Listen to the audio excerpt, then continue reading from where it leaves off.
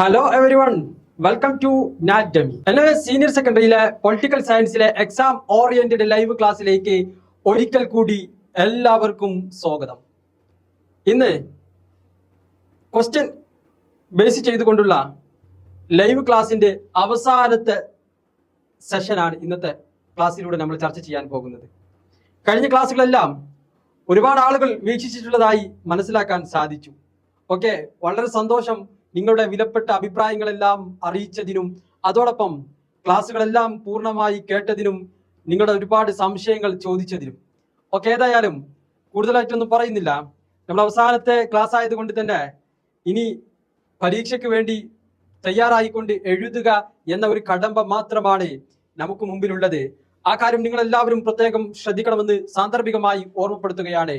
അപ്പൊ ഓക്കെ, പ്രത്യേകിച്ച് നമ്മുടെ ക്ലാസ്സുകൾ ക്വസ്റ്റ്യൻ ആൻഡ് ആൻസർ രീതിയിലുള്ളതായത് കൊണ്ട് തന്നെ ഇനി കൂടുതലായിട്ട് ചിന്തിക്കേണ്ട ആവശ്യങ്ങളൊന്നുമില്ല. എല്ലാം പഠിച്ചുകൊണ്ടാണ് നിങ്ങൾ അവസാനത്തെ സെഷന് വേണ്ടിയിട്ട് തയ്യാറായി വന്നിട്ടുള്ളത് എന്ന് മനസ്സിലാക്കാൻ സാധിക്കുന്നു.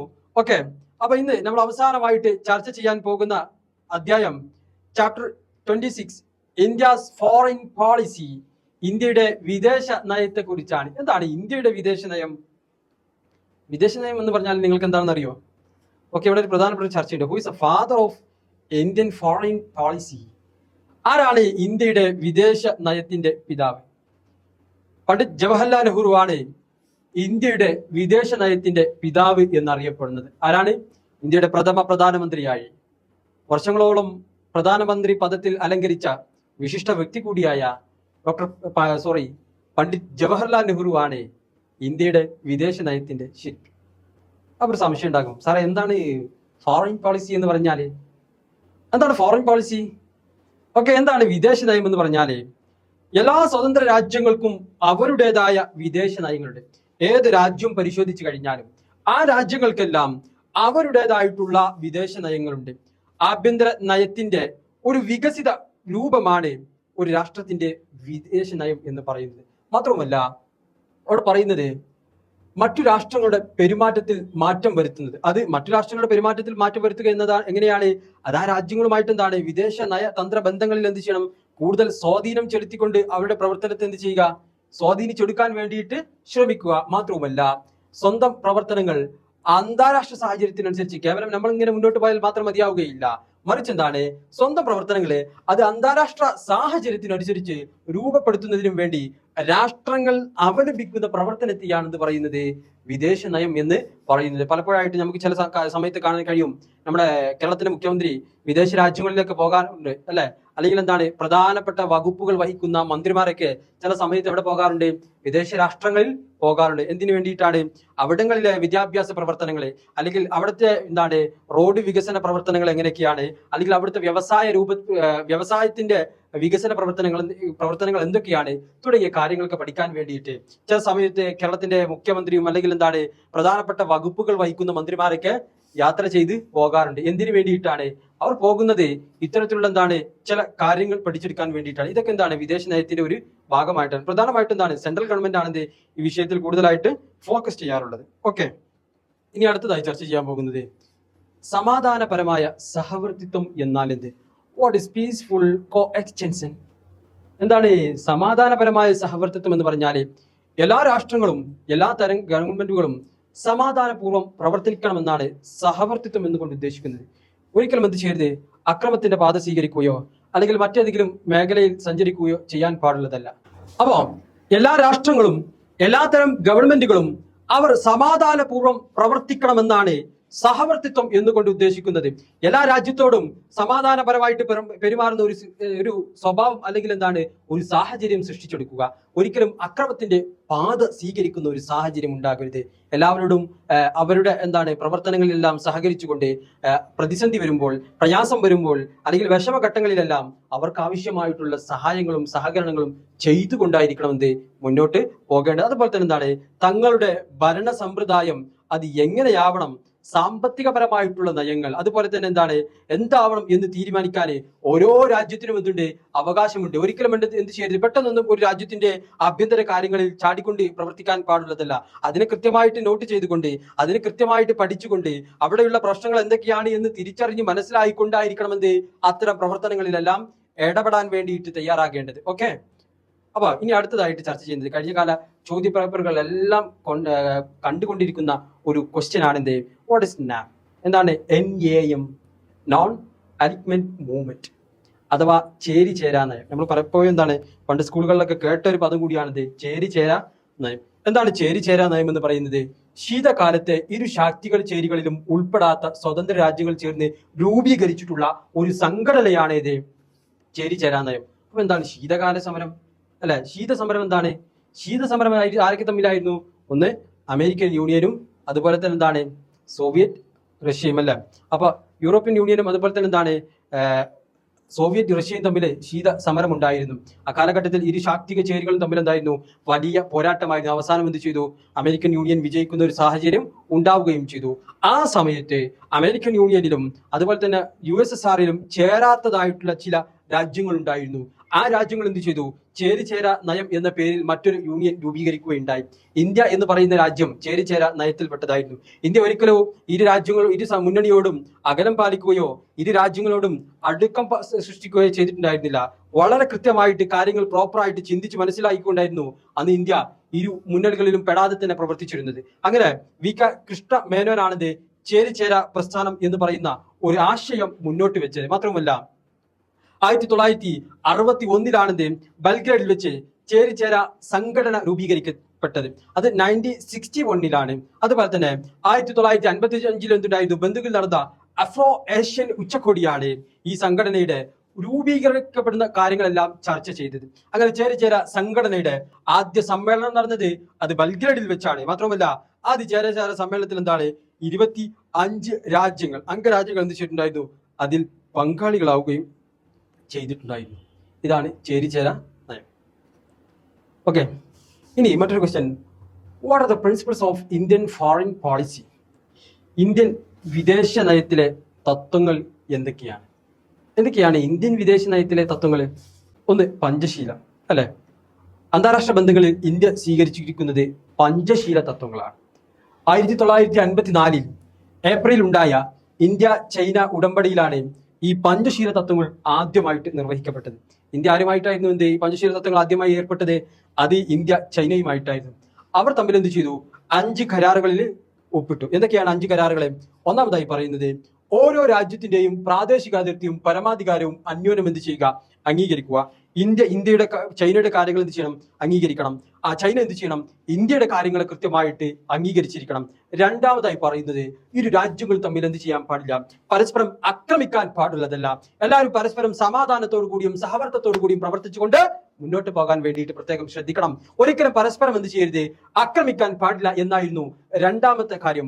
മൂന്നാമതായി പറയുന്നത്, ഒരിക്കലും ഇന്ത്യ ചൈനയുടെ വിഷയത്തിലോ ചൈന ഇന്ത്യയുടെ വിഷയത്തിലോ അല്ലെ മറ്റു രാജ്യങ്ങളുടെ വിഷയം പരിശോധിച്ചു കഴിഞ്ഞാൽ ആഭ്യന്തര വിഷയങ്ങളിൽ ഇടപെടാൻ പാടില്ല എന്നതായിരുന്നു പഞ്ചശീല തത്വങ്ങളിലെ മൂന്നാമതായി പറയുന്ന വിഷയം. നാലാമത്തതായി പറയുന്നത്, സമത്വവും പരസ്പര ബഹുമാനവും ഉണ്ടാകണം. ഇരു രാജ്യങ്ങൾ തമ്മിൽ എന്ത് ചെയ്യണം? പരസ്പരം ഒരു ബഹുമാനം ഉണ്ടായിരിക്കുക എന്നതാണ്. അഞ്ചാമതായി പറയുന്നത്, സമാധാനപരമായ സഹവർത്തിത്വം എന്നാണ് ഈ അഞ്ചാമതായി പറയുന്ന തത്വങ്ങൾ. അപ്പൊ ഈ 5 തത്വങ്ങൾ എന്ന് പറയുന്നത് അത് അന്താരാഷ്ട്ര ബന്ധങ്ങളിൽ ഇന്ത്യ സ്വീകരിച്ചിരുന്ന 5 പഞ്ചശീല തത്വങ്ങളാണ്. അത് ആദ്യമായി നടപ്പിലാക്കിയത് ആരുമായിട്ടായിരുന്നു? ചൈനയുമായിട്ടായിരുന്നു എന്നതാണ്. ഇനി എന്താണ് നോൺ അലിഗ്മെന്റ് അഥവാ ചേരിചേര നയം എന്നാൽ എന്താണ്? സൈനിക സഖ്യങ്ങൾ, ഉടമ്പടികൾ. എന്തൊക്കെയാണ്? സൈനിക സഖ്യങ്ങൾ, ഉടമ്പടികൾ എന്നിവയിൽ നിന്നും അകന്നു നിൽക്കുക എന്നതാണ് ചേരിചേര നയം എന്നതുകൊണ്ട് ഉദ്ദേശിക്കുന്നത്. അവിടെയോ വൻ ശക്തികളുടെ സ്വാധീനമോ സമ്മർദ്ദമോ അതുപോലെ തന്നെ ഇവ ഒന്നും കൂടാതെ ഓരോ പ്രശ്നത്തെയും സ്വതന്ത്രമായ ഒരു കാഴ്ചപ്പാടിൽ കാണുക. ഓരോ പ്രശ്നത്തെ എന്ത് ചെയ്യണം? അതൊരു സ്വതന്ത്രമായ കാഴ്ചപ്പാടിൽ കാണുക എന്നതും അതുപോലെ തന്നെ സ്വന്തം നിലയിൽ എന്ത് ചെയ്യണം? അതിനോട് പ്രതികരിക്കുകയും ചെയ്യുന്നതാണ് ചേരിചേരായ്മയുടെ അന്തസത്ത. അതുപോലെ തന്നെ ഈ ചേരിചേരാ നയം നിഷേധാത്മകമായിട്ടുള്ള ഒരു നയമല്ല, മറിച്ച് അന്താരാഷ്ട്ര തർക്കങ്ങളിൽ നിന്നും നാം മാറി നിൽക്കണം എന്നല്ല അർത്ഥം. അന്താരാഷ്ട്ര വിഷയങ്ങൾ വരുമ്പോൾ അതിൽ നിന്ന് ഒളിച്ചോടുക എന്നതല്ല, അല്ലെങ്കിൽ ആ വിഷയവുമായിട്ട് എന്താണ് മൗനം പാലിക്കുക എന്നതല്ല, അല്ലെങ്കിൽ എന്താണ് ആ വിഷയത്തിൽ നിന്നും മാറി നിൽക്കുക എന്നതല്ല അതിന്റെ അർത്ഥം. മറിച്ച് എന്താണ് സത്യവും നീതിയും എവിടെയാണ് എന്നറിഞ്ഞുകൊണ്ട് സത്യത്തിന്റെ കൂടെ നിൽക്കുക, നീതിയുടെ കൂടെ നിൽക്കുക എന്നതാണ് രാഷ്ട്രാന്തര പ്രശ്നങ്ങളിൽ തീരുമാനമെടുക്കണമെന്നാണ് എന്ത് ഈ ചേരിചേരായ്മ എന്നതുകൊണ്ട് ഉദ്ദേശിക്കുന്നത്. അതുപോലെ തന്നെ നാലാമതായി പറയുന്നത് ഐക്യരാഷ്ട്രസഭയ്ക്ക് പിന്തുണ അർപ്പിക്കുക. ആർക്ക്? ഐക്യരാഷ്ട്രസഭ. ഈ എല്ലാ പ്രശ്നങ്ങളും പരിഹരിക്കുന്ന ഒരു അന്താരാഷ്ട്ര തലത്തിലുള്ള ഒരു കോടതി കൂടിയാണ് ഇത് ഈ ഐക്യരാഷ്ട്രസഭ എന്ന് പറയുന്നത്. അന്താരാഷ്ട്ര പ്രശ്നങ്ങൾ എന്ത് ചെയ്യുക, അത് സമാധാനപരമായിട്ട് എന്ത് ചെയ്യുക, രമ്യമായ രൂപത്തിൽ എന്ത് ചെയ്യുക, ആ വിഷയങ്ങളെ കുറിച്ച് കൃത്യമായി മനസ്സിലാക്കിക്കൊണ്ട് പരിഹരിക്കുക എന്ന ലക്ഷ്യത്തോടെ സ്ഥാപിതമായ ഐക്യരാഷ്ട്ര സഭ ശക്തിയും സ്വാധീനവുമുള്ള ഒരു സമിതിയായിരിക്കണമെന്നാണ് എന്ത് ഇന്ത്യ ആഗ്രഹിക്കുന്നത്. ഐക്യരാഷ്ട്രസഭയുടെ സേനകളോട് ചേർന്ന് പ്രവർത്തിക്കാൻ ഇന്ത്യ സൈന്യത്തെയും അതുപോലെ തന്നെ ആവശ്യമായിട്ടുള്ള ഓഫീസർമാരെയും അതുപോലെ തന്നെ അതിനാവശ്യമായിട്ടുള്ള നയതന്ത്രജ്ഞരായ ആളുകളെയൊക്കെ എന്ത് ചെയ്തിട്ടുണ്ട്, ഇന്ത്യ പല സമയത്തായിട്ടും അഴക്കുകയും നിയോഗിക്കുകയും ചെയ്തിട്ടുണ്ടായിരുന്നു. അഞ്ചാമതായി പറയുന്നത് റെസ്പെക്ട് ഫോർ ഹ്യൂമൻ റൈറ്റ്സ്, മനുഷ്യാവകാശങ്ങളോട് എന്ത് ചെയ്യണം, അതിനോട് കൃത്യമായിട്ടൊരു ബഹുമാനം പാലിക്കണം, അതിനോട് വേണ്ട രൂപത്തിൽ എന്ത് ചെയ്യണം, പരിഗണിക്കുന്ന രൂപത്തിലായിരിക്കണം എന്ത് പ്രവർത്തിക്കേണ്ടത്. 1948 ഡിസംബർ 10 ഐക്യരാഷ്ട്രസഭയുടെ ജനറൽ അസംബ്ലി സാർവത്രിക മനുഷ്യാവകാശ പ്രഖ്യാപനം അംഗീകരിക്കുകയുണ്ടായി. വളരെ അനിവാര്യമായിട്ടുള്ള ഒരു വിഷയമാണ് മനുഷ്യാവകാശം എന്ന് പറയുന്നത്. അതിന്റെ അടിസ്ഥാനത്തിൽ നമ്മുടെ ഭരണഘടനയിൽ ഉൾപ്പെടുത്തിയിട്ടുള്ള മൗലിക അവകാശങ്ങളും അതുപോലെ തന്നെ നിർദ്ദേശക തത്വങ്ങളെക്കുറിച്ചും ഐക്യരാഷ്ട്രസഭയുടെ പ്രഖ്യാപനത്തോട് എന്ത് ചെയ്തു, വളരെ സാമ്യമുള്ള ഒരു വിഷയം കൂടിയാണ് ഇത് എന്ന് മനസ്സിലാക്കാൻ കഴിയണം. ഓക്കെ, ഇനി അടുത്തതായി ചർച്ച ചെയ്യുന്നത് what a short note in Indian case of for permanent seat in the security. എന്താണ്? ഐക്യരാഷ്ട്രസഭയുടെ രക്ഷാസമിതിയിലെ ഇന്ത്യയുടെ അംഗത്വത്തെ കുറിച്ച് വിശദീകരിക്കാനാണ്. ഐക്യരാഷ്ട്രസഭയിൽ ഈ അംഗത്വം എന്ന് പറയുന്നത് അത് ഒരു വലിയ വിഷയമാണ്. പെർമനന്റ് ആയിട്ട് ഇന്ത്യ അംഗത്വം ലഭിച്ച ഒരു രാജ്യമാണ്. പക്ഷെ വീറ്റോ പവർ ഉള്ളത് അത് കേവലം വിരലിലുണ്ടാവുന്ന ചില രാജ്യങ്ങൾക്ക് മാത്രമേ ഉള്ളൂ. ഓക്കെ, എങ്ങനെയാണ് ഇന്ത്യയുടെ പെർമനന്റ് അംഗത്വം? സ്വാതന്ത്ര്യം നേടുന്നതിന് മുമ്പ് തന്നെ ഇന്ത്യ എന്ന് പറയുന്ന രാജ്യം ഐക്യരാഷ്ട്ര സംഘടനയിൽ ഒരു അംഗമായിരുന്നു. കേവലം പെട്ടെന്ന് വന്ന ഒരു രാജ്യമല്ല India.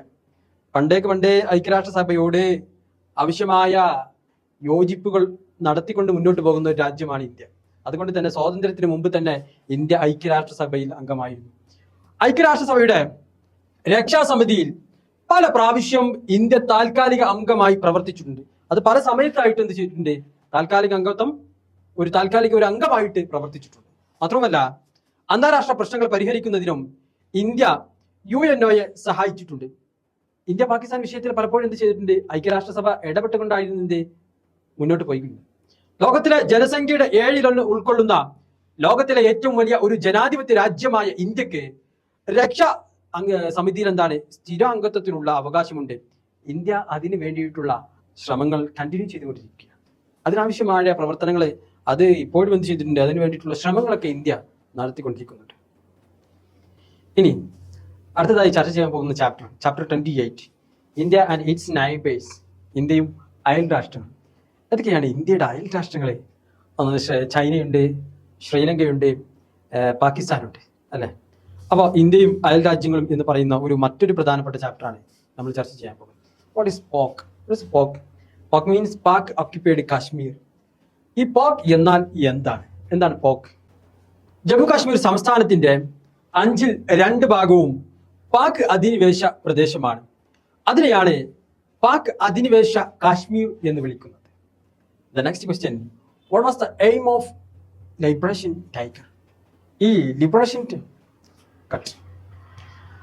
The next question, what was the aim of Liberation Tiger? ഈ ലിബറേഷൻ ടൈഗർ എന്ന് പറയുന്ന സംഘടനയുടെ ലക്ഷ്യങ്ങൾ എന്തൊക്കെയാണ്?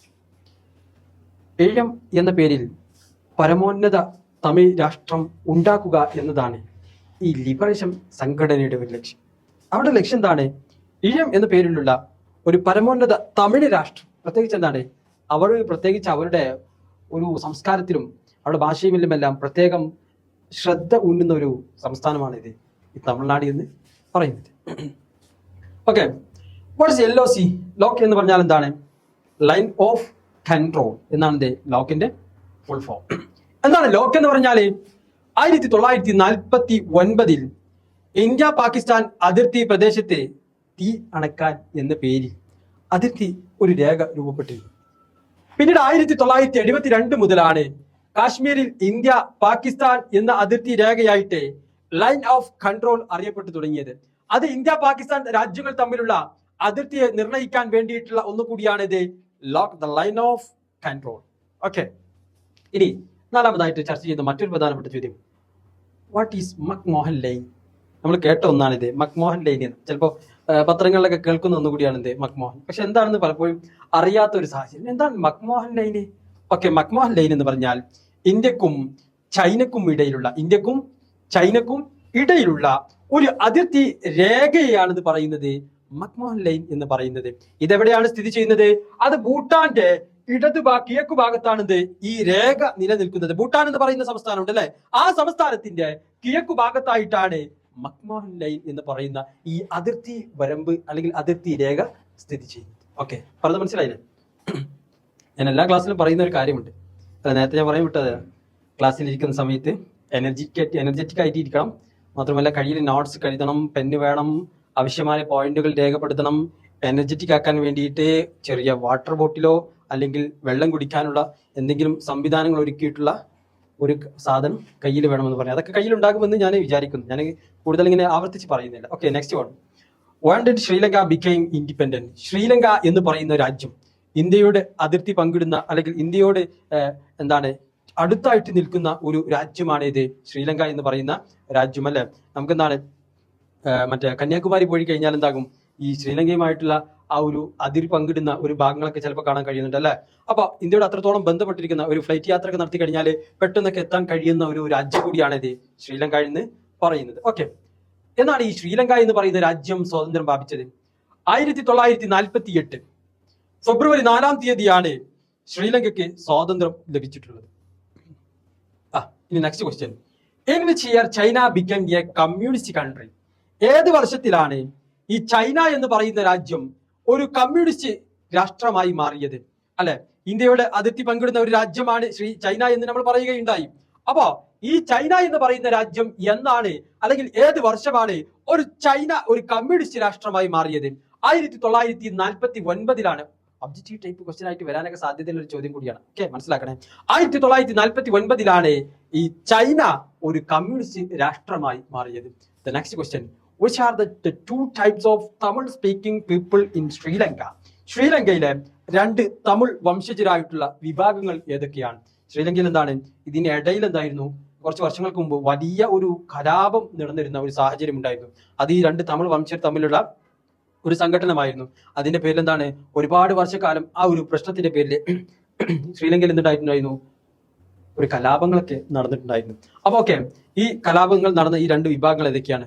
ഒന്ന് ഇന്ത്യൻ തമിഴർ, നെക്സ്റ്റ് ശ്രീലങ്കൻ തമിഴർ. ഈ 2 വിഭാഗമാണ്.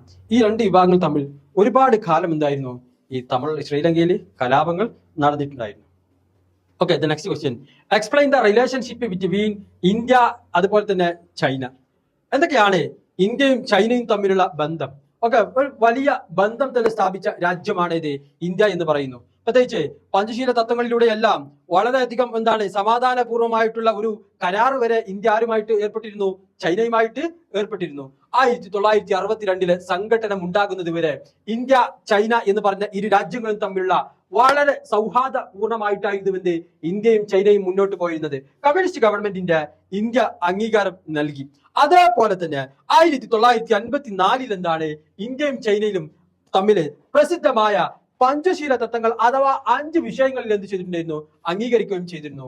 ദലൈലാമ സംഭവം ഇന്ത്യ ചൈന ബന്ധത്തിൽ എന്ത് ചെയ്തു, അത് ഇരു രാജ്യങ്ങളും തമ്മിലുള്ള ആ ഒരു സൗഹൃദ ബന്ധത്തെ തകർക്കുന്ന രീതിയിലേക്ക് പല കാര്യങ്ങളും പോയിട്ടുണ്ടായിരുന്നു. മാത്രവുമല്ല 1959 ടിബറ്റിൽ നിന്നും ഒളിച്ചോടിയ ഈ ദലൈലാമയ്ക്ക് ഇന്ത്യ അഭയം നൽകി. സ്വാഭാവികമായിട്ടും അത് ചൈനയെ കൂടുതൽ ചൊടിപ്പിക്കുന്ന ഒരു വിഷയമായിരുന്നു.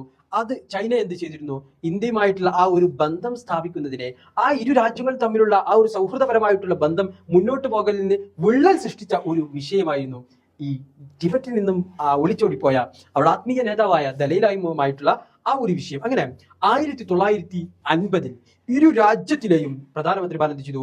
ഡൽഹിയിൽ സമ്മേളിച്ചു. മാത്രമല്ല ഇരു രാജ്യങ്ങളും തമ്മിലുള്ള ആ ഒരു സംഘർഷം കുറക്കാൻ ശ്രമിച്ചെങ്കിലും ഒത്തുതീർപ്പിലൊന്നും എത്തുവാൻ എന്ത് ചെയ്തില്ല, ഇരു രാജ്യങ്ങൾക്കും സാധിക്കുകയും ചെയ്തിട്ടുണ്ടായിരുന്നില്ല. അങ്ങനെ അതിർത്തിയിൽ എന്ത് ചെയ്തു? സംഘടന തുറന്നുകൊണ്ടേയിരുന്നു. ആരൊക്കെ തമ്മിൽ?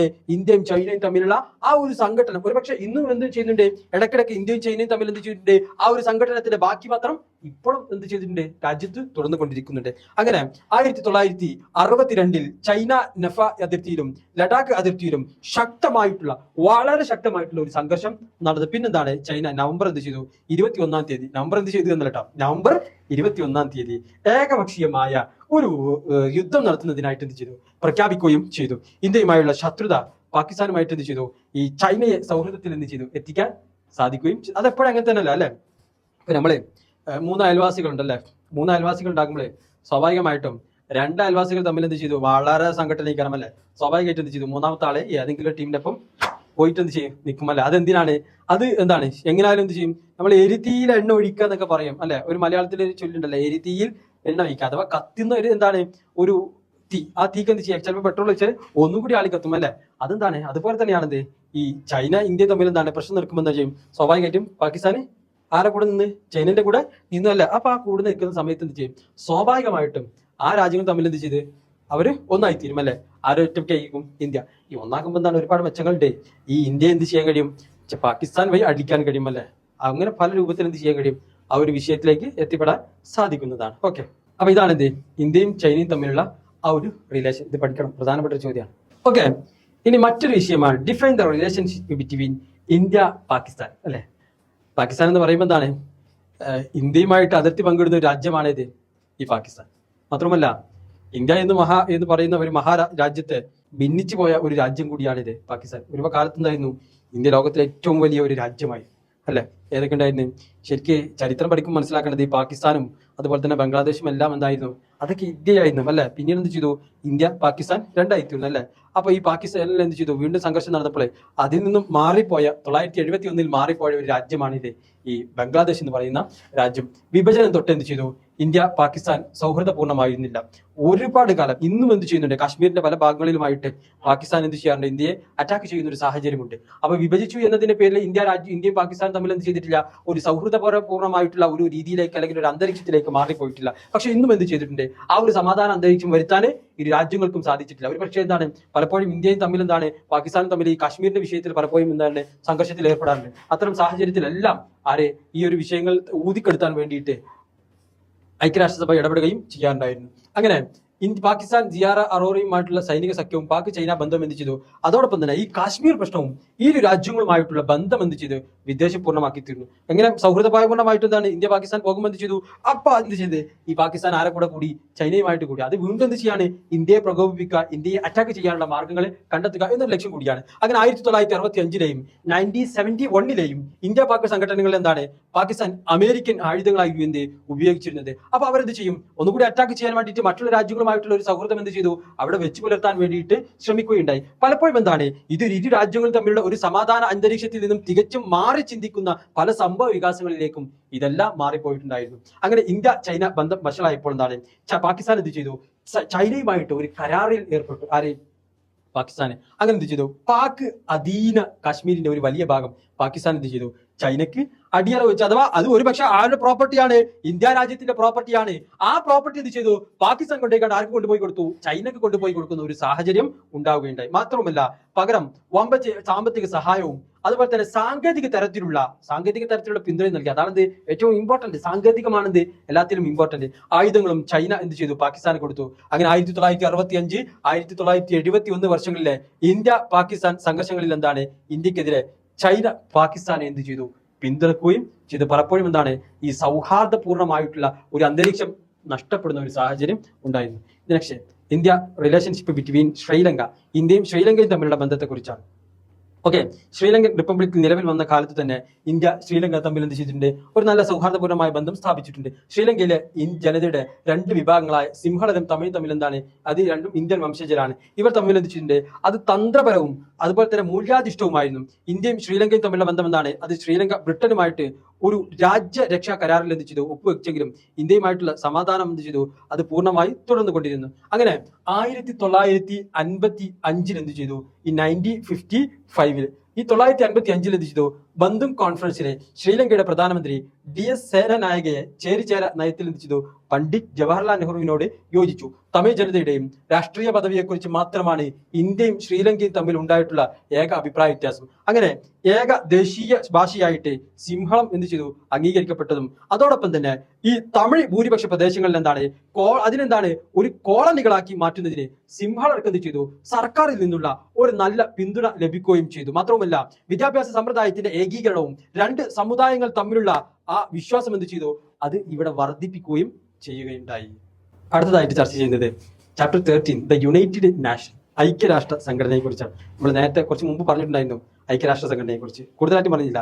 How many countries are member of the United nation? നിലവിൽ എത്ര രാഷ്ട്രങ്ങൾ എന്തുണ്ട് UNOയിൽ അംഗത്വമുണ്ട്? 193 രാജ്യങ്ങൾക്കാണ് എന്ത് എവിടെ അംഗത്വമുള്ളത്? ഐക്യരാഷ്ട്രസഭയിൽ അംഗത്വമുള്ളത്. when was UNO established? എന്നാണ് UNO നിലവിൽ വന്നത് എന്നാണ് 1954 ഒക്ടോബറിലാണ് എന്ത് ഈ ഐക്യരാഷ്ട്രസഭ നിലവിൽ വന്നത്. ഒക്ടോബർ 24 അന്ന് മുതൽ എന്ത് ചെയ്തു ഒക്ടോബർ 24 UN ദിനമായിട്ട് ആചരിക്കുകയുണ്ടായി. മൂന്നാമതായി പറയുന്നത് who is the present secretary general of യുഎന്നിന്റെ നിലവിലെ ജനറൽ സെക്രട്ടറി ആരാണ്? Antonio Guterres. പോർച്ചുഗൽക്കാരനായ അന്റോണിയോ ഗുട്ടാറസ് ആണ് ഈ ഒരു UNOയുടെ നിലവിലെ ജനറൽ സെക്രട്ടറി ആയിട്ട് പ്രവർത്തിച്ച് പോരുന്നത്. ഇനി ഐക്യരാഷ്ട്രസഭയുടെ ഘടകങ്ങൾ എന്തൊക്കെയാണ്? Which are the organs of UNO? ഇതൊരു പ്രധാനപ്പെട്ട ചോദ്യമാണ്, ശ്രദ്ധിക്കണം. പ്രധാനമായിട്ടും 6 ഘടകങ്ങളാണ് ഐക്യരാഷ്ട്രസഭയുടെ ഘടകങ്ങളായിട്ട് വരുന്നത്. ഒന്ന് ജനറൽ അസംബ്ലി അഥവാ പൊതുസഭയാണ്. രണ്ടാമതായി പറയുന്നത് ദ സെക്യൂരിറ്റി കൗൺസിൽ അഥവാ രക്ഷാ സമിതിയാണ്. മൂന്നാമതായി പറയുന്നത് the economic and social council സാമ്പത്തിക സാമൂഹിക നീതിയാണ്. നാലാമതായി പറയുന്നത് ട്രസ്റ്റിഷിപ്പ് കൗൺസിൽ അഥവാ ട്രസ്റ്റിഷിപ്പ് സമിതിയാണ്. അഞ്ചാമതായി പറയുന്നത് ഇന്റർനാഷണൽ കോർട്സ് ഓഫ് ജസ്റ്റിസ് അന്താരാഷ്ട്ര നീതിന്യായ കോടതിയാണ്. The last point secretariat. ഇത് 6 വിഭാഗങ്ങളാണിത്, ഈ 6 ഘടകങ്ങളാണിത് ഐക്യരാഷ്ട്രസഭയുടെ ഘടന എന്ന് പറയുന്നത്. ഇനി what is the name of the constitution of UNOയുടെ ഭരണഘടന എന്നറിയപ്പെടുന്നത് എങ്ങനെയാണ്? ചാർട്ടർ എന്നാണ് എന്ത് UNOയുടെ ഭരണഘടന എന്ന് അറിയപ്പെടുന്നത്. How many articles are in UN charter? ഈ UN ചാർട്ടറിൽ എത്ര വകുപ്പുകളുണ്ട്? 111 വകുപ്പുകളുണ്ട്. അടുത്തതായിട്ട് പറയുന്നത് when was UN charter was established? ഈ UN ചാർട്ടർ എന്താണ് നിലവിൽ വന്നത് എന്നാണ് 1945 ഒക്ടോബർ 24 ഈ UN ചാർട്ടർ നിലവിൽ വന്നത്. ഇനി next question, describe the evolution of UNOയുടെ പരിണാമത്തെ കുറിച്ച് വിശദീകരിക്കാനാണ്. അതെങ്ങനെയാണ് UNOയുടെ പരിണാമം എന്ന് പറയുന്നത്? അടിത്തറയിട്ടതെന്ന് പറയാൻ കഴിയും. എങ്ങനെ? അത് യുദ്ധം ഒഴിവാക്കാനും സമാധാനം ഉറപ്പാക്കാനും ലീഗ് ഓഫ് നാഷൻ പരാജയപ്പെട്ടപ്പോൾ സ്ഥിരം സമാധാനത്തിന് വേണ്ടി യത്നിക്കാനായിട്ട് ലോകമെമ്പാടുമുള്ള ആളുകൾ എന്തായിരുന്നു ആഗ്രഹിച്ചിരുന്നു ഒരു സംഘടന നിലവിൽ വരിക എന്നത്. അതിനു വേണ്ടിയിട്ട് കടന്നു വന്നത് ഫ്രാങ്ക്ലിൻ ഡി എന്ത് ചെയ്തു ലീഗ് ഓഫ് നാഷൻസിന്റെ ചാരത്തിലാണിത് ഐക്യരാഷ്ട്രസഭയുടെ റൂസ് ബെൽറ്റ് ആണിത് യുണൈറ്റഡ് നാഷൻ അഥവാ ഐക്യരാഷ്ട്രസഭ എന്ന പദത്തിന്റെ ഉപജ്ഞാതാവ് എന്ന് പറയുന്നത്. ഇനി UN ചാർട്ടറിന്റെ ലക്ഷ്യങ്ങൾ അതിന്റെ തത്വങ്ങളെ കുറിച്ചാണ് ചർച്ച ചെയ്യുന്നത്. പ്രധാനമായും പറയുന്നത് എന്താണ്? വരും തലമുറകളെ യുദ്ധക്കെടുതിയിൽ നിന്ന് എന്ത് ചെയ്യണം? രക്ഷിക്കണം. ഇനി വരുന്ന രാജ്യങ്ങൾ എന്ത് ചെയ്ത് ഇന്ത്യയുടെ സ്വാതന്ത്ര്യത്തിന് മുമ്പുള്ള ചരിത്രങ്ങളൊക്കെ പരിശോധിച്ച് കഴിഞ്ഞാൽ അല്ലെങ്കിൽ ലോകത്തിന്റെ പരിശോധിച്ച് കഴിഞ്ഞാൽ 1-ാം ലോക മഹായുദ്ധവും 2-ാം ലോക മഹായുദ്ധവും അത് ലോകത്ത് വരുത്തിയിട്ടുള്ള വിനാശകരമായിട്ടുള്ള സാഹചര്യങ്ങൾ, അതിലൂടെ സമൂഹത്തിനുണ്ടായ വിള്ളലുകൾ എന്തൊക്കെയാണ്, അതിലൂടെ രാജ്യങ്ങൾക്കുണ്ടായ നഷ്ടങ്ങൾ എന്തൊക്കെയാണ്, സാമൂഹിക മേഖലയിലും സാമ്പത്തിക മേഖലയിലും സാംസ്കാരിക മേഖലകളിലും എല്ലാ മേഖലകളും പരിശോധിച്ച് കഴിഞ്ഞാൽ അത്തരത്തിലുള്ള നഷ്ടങ്ങൾ ലോകത്തിലെ രാജ്യങ്ങൾക്ക് ഉണ്ടായിട്ടുണ്ട്. അതുകൊണ്ടാണിത് അവിടെ ഒന്നാമതായി പറയുന്ന തത്വത്തിൽ പറയുന്നത് വരും രാജ്യത്ത് എന്ത് ചെയ്ത് വരും തലമുറയിൽ ഒരു യുദ്ധത്തിന്റെ സാഹചര്യം ഉണ്ടാകാൻ പാടില്ല. രണ്ടാമതായി പറയുന്നത് മൗലിക അവകാശങ്ങളിലും അതുപോലെ തന്നെ വ്യക്തികളുടെ അന്തസ്സിലും എന്ത് ചെയ്യണം? സ്ത്രീ പുരുഷ സമത്വത്തിലും വലിപ്പ ചെറുപ്പമില്ലാതെ രാഷ്ട്രങ്ങളുടെ സമത്വത്തിൽ എന്ത് ചെയ്യണം? വിശ്വാസം പ്രഖ്യാപിക്കുക എന്നതാണ്. ഇത് പറയുന്നത് മൂന്നാമതായി പറയുന്നത് അന്താരാഷ്ട്ര നിയമങ്ങളും കരാറുകളും മൂലമുള്ള ബാധ്യതകൾ എന്ത് ചെയ്യാം? നിറവേറ്റാനും നീതി നിലനിർത്താനും ആവശ്യമായിട്ടുള്ള സാഹചര്യങ്ങൾ ഉറപ്പുവരുത്തുക. നാലാമതായി പറയുന്നത് സാമൂഹിക ക്ഷേമം, ഉയർന്ന ജീവിത നിലവാരം, കൂടുതൽ സ്വാതന്ത്ര്യം എന്നിവയ്ക്ക് എന്തായി ചെയ്യുക? കൂടുതൽ പ്രയത്നിച്ചുകൊണ്ട് തന്നെ അതിനായിട്ട് മുന്നേറുക എന്നതാണ് എന്റെ ഇതിലൂടെ പറയുന്ന ലക്ഷ്യങ്ങൾ. ഇനി അടുത്തതായി പറയുന്നത് UNOയിൽ എത്ര അംഗങ്ങളുണ്ട്? How many members are the UNOയിൽ എത്ര മെമ്പർമാരുടെ? ഐക്യരാഷ്ട്രസഭയിൽ ഇപ്പോൾ എന്താണ് 193 അംഗങ്ങളുണ്ട് എന്ന് പറഞ്ഞാൽ 193 രാജ്യങ്ങളുണ്ട്. അത് UN ചാർട്ടർ അനുസരിച്ചുള്ള ബാധ്യതകൾ നിറവേറ്റാൻ തയ്യാറുള്ള, അത് നിറവേറ്റാൻ കഴിയുമെന്ന് UN എന്ന് പറയുന്ന സംഘടനയ്ക്ക് ഉറപ്പുള്ള സമാധാനകാംക്ഷികളായ അതുപോലെ തന്നെ എല്ലാ രാഷ്ട്രങ്ങൾക്കും ഐക്യരാഷ്ട്രസഭയിൽ ചേരാം. സഭയുടെ സുരക്ഷാ സമിതി ശുപാർശ ചെയ്യുന്നതിന് അനുസരിച്ച് സഭയിൽ എന്താണ് 3/2 വോട്ട് എന്ത് ചെയ്യാൻ മതി? ഭൂരിപക്ഷം ലഭിച്ചാൽ അതിൽ അംഗത്വം നേടാൻ കഴിയുന്നതാണ്. ഓക്കെ, അപ്പോൾ ഇതാണ് എന്ത് 30ാമത്തെ ചാപ്റ്ററിലെ പ്രധാനപ്പെട്ട പോയിന്റ്. ഇനി നമ്മൾ ചർച്ച ചെയ്യുന്നത് അവസാനമായിട്ട് ചർച്ച ചെയ്യുന്നത് 31ാമത്തെ അധ്യായമാണ്. United nation peace activities. United നാഷന്റെ പ്രവർത്തനങ്ങളെ കുറിച്ചാണ്. എന്തൊക്കെയാണ്? ഒന്നാമതായി പറയുന്നത്, ഇപ്പോൾ ലോക സമാധാനത്തിന് വേണ്ടി പ്രവർത്തിക്കുന്ന പ്രധാനപ്പെട്ട സംഘടന ഏതാണ്? which is the most important organization dedicated to world peace. ലോക സമാധാനത്തിന് വേണ്ടി പ്രവർത്തിക്കുന്ന ഏതൊരു വലിയ സംഘടന ഐക്യരാഷ്ട്ര സംഘടനയാണ്. ഡിഫൈൻ മീഡിയേഷനെ കുറിച്ച് വിവരിക്കാനാണ്. എന്താണ് മീഡിയേഷൻ? ഒരു രാജ്യമോ ഒരു സംഘടനയോ അതുമല്ലെങ്കിൽ ഒരു വ്യക്തിയോ ഏതെങ്കിലും ഒരു പ്രശ്നത്തിൽ ഇടപെട്ട് പരസ്പര പരിഹാരം നടത്തുന്നതിനെ മീഡിയേഷൻ എന്ന് പറയും. നമ്മൾ എന്ത് ചെയ്യും? മലയാളികൾ പറയുന്ന ഒരു വാക്കുണ്ടത് മധ്യസ്ഥ നിൽക്കാന്ന് പറയും അല്ലെ? അതാണിത് മീഡിയേഷൻ. ഐക്യരാഷ്ട്ര സംഘടന ഒരു ഇടനിലക്കാരനെ പോലെ പലപ്പോഴും രാജ്യങ്ങൾ തമ്മിലുള്ള ഇന്ത്യയും പാകിസ്ഥാനും ആകട്ടെ, ഇന്ത്യയും ചൈനയും ആകട്ടെ, ഇന്ത്യയും ശ്രീലങ്കയും ആകട്ടെ, ഏത് രാജ്യങ്ങൾ തമ്മിലുള്ള, കേവലം ഇന്ത്യയെ മാത്രം ഉൾപ്പെടുത്തുകയല്ല, അമേരിക്കയും റഷ്യയാകട്ടെ, റഷ്യയും ഉക്രൈനും ആകട്ടെ, ഏത് രാജ്യങ്ങൾ തമ്മിലുള്ള പ്രശ്നങ്ങൾക്ക് എന്താണ് അതിലൊരു മീഡിയേഷൻ, അതിലെന്താണ് മധ്യസ്ഥനായിട്ട് പ്രവർത്തിക്കുന്ന ഒരു സംഘടനയാണിത് ഈ UNO എന്ന് പറയുന്നത്. ഉദാഹരണം 1950 എന്താണ് കാശ്മീർ പ്രശ്നത്തിൽ ഐക്യരാഷ്ട്ര സംഘടന ഐക്യരാഷ്ട്ര ബന്ധിച്ചതിന്റെ പ്രശ്നപരിഹാരത്തിനായി ഇടനിലക്കാരെ അഴക്കുകയും ചെയ്തിട്ടുണ്ടായിരുന്നു. ഇനി അടുത്തതായി പറയുന്നത്, what method are used the union to keep peace among nation.